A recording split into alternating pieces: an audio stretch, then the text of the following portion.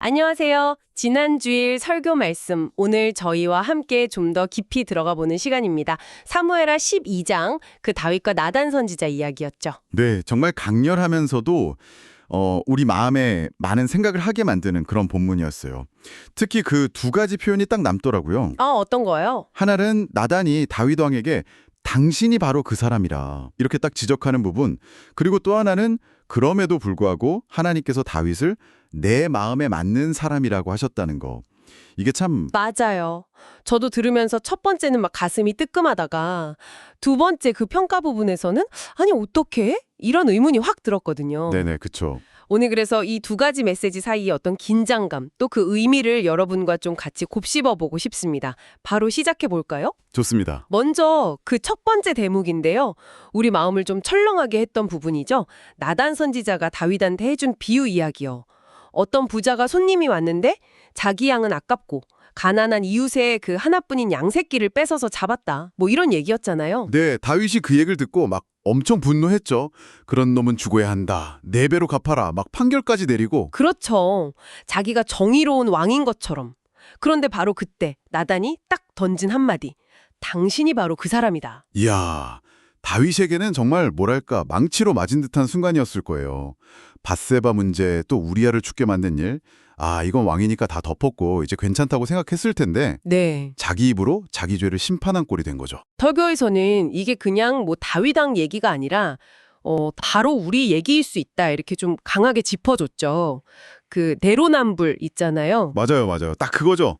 남의 잘못은 그냥 엄청 날카롭게 보면서 내 문제는 이건 좀 사정이 있었어? 하고 넘어가거나 뭐 합리화하는 거. 네.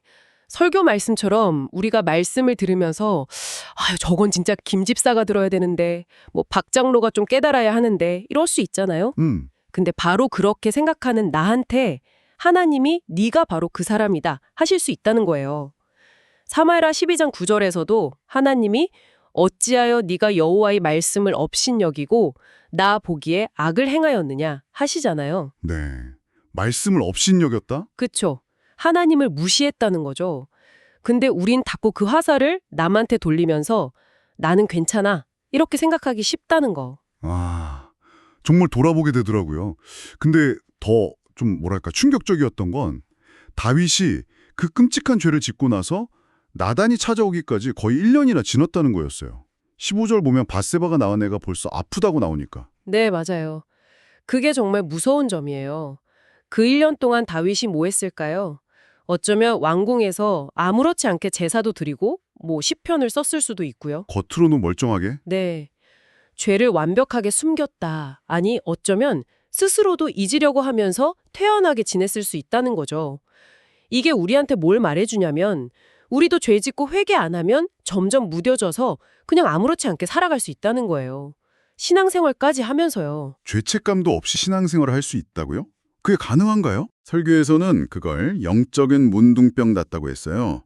피부 감각이 없어서 상처나도 아픈 줄 모르는 것처럼 우리 영혼이 죄에 무감각해지는 거죠. 디모데전서에 나오는 화인 맞은 양심이라는 말도 비슷하고요. 화인 맞은 양심? 네, 양심이 불로 찢어져서 굳어버린 거예요. 죄를 죄로 느끼지 못하게 되는 거죠. 처음엔 좀 찔려도 자꾸 반복하고 회개 안 하면 나중엔 이게 죄인지도 모르게 될 수 있다는 경고죠. 다윗이 1년 동안 어쩌면 그랬던 것처럼요. 그럼 하나님은 왜 1년이나 가만히 계셨을까요? 그냥 잊으셨나? 아니면? 설교에서 시편 50편 21절을 인용했었죠.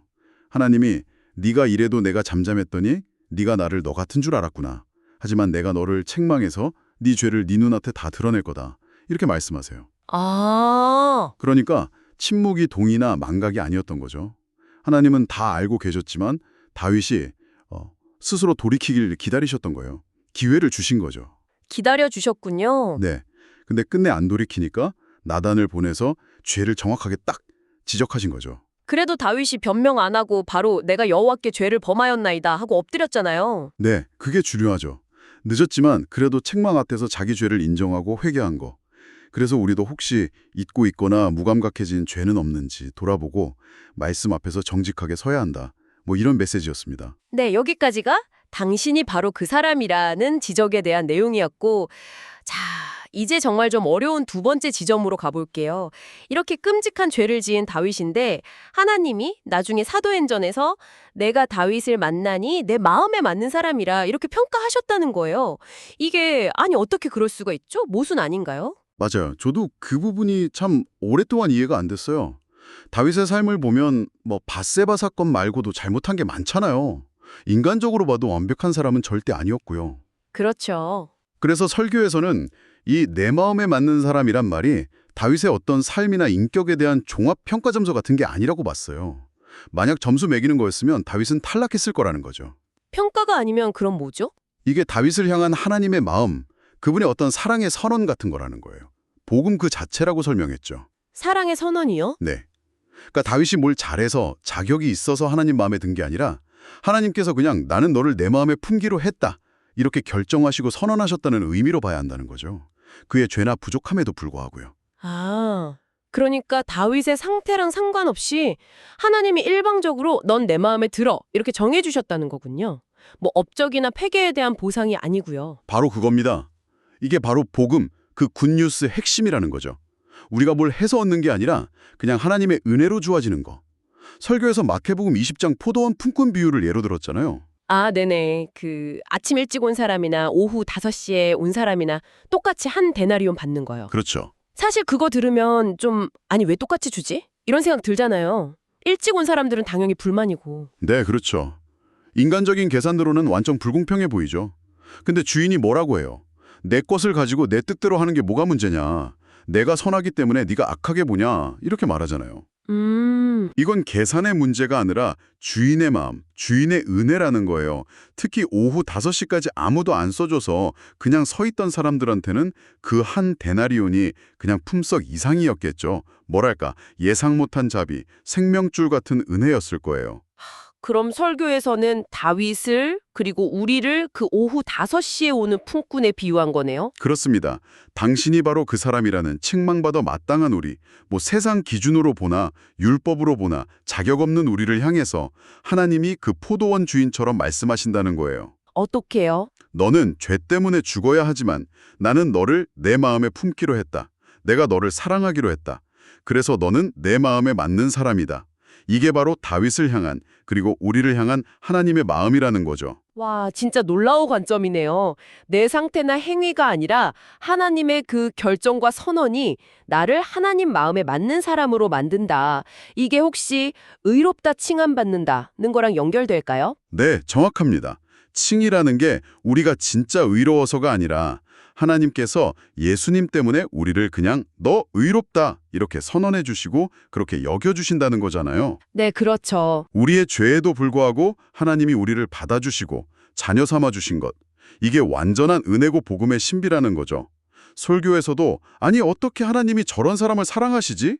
하는 우리 생각이 오히려 이 설명할 수 없는 하나님의 은혜, 그 복음의 역설적인 영광을 보여주는 거라고 했어요. 오늘 지난주의 설교 말씀을 다시 보면서 당신이 바로 그 사람이라는 그 준엄한 자기 인식, 그리고 내 마음에 맞는 사람이라는 정말 이해하기 어려운 하나님의 은혜, 이 두 기둥 사이를 왔다 갔다 한 것 같아요. 네, 죄인인 우리의 모습과 그럼에도 불구하고 우리를 향한 하나님의 그 무조건적인 사랑의 선언, 이 두 가지가 같이 우리 신앙의 기초가 된다는 걸 다시 한번 확인했네요.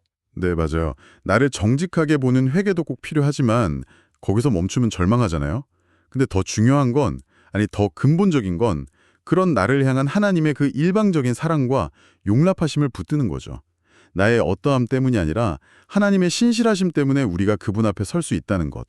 이게 바로 우리를 살게 하는 복음의 힘이라고 설교는 강조했죠. 설교는 이 놀라운 사랑과 은혜에 감사하면서 우리 삶에 계속 하나님께로 돌이키는 그런 믿음의 사람들이 되자고 축복하며 마무리였는데요.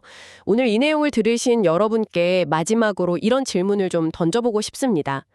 만약 설교에서 말한 것처럼 하나님께서 나를 내 마음에 맞는 사람이라고 하신 그 은혜가 정말로 나의 가장 부끄럽고 당신이 바로 그 사람이라 지적받을 만한 모습까지도 완전히 덮는 무조건적인 것이라면요. 그 사실을 정말로 믿는 것이 이번 한 주 여러분이 스스로를 보고 또 다른 사람을 대하는 방식에 어떤 변화를 가져올 수 있을까요? 이 질문을 한번 품고 한 주간 지내보시면 좋겠습니다.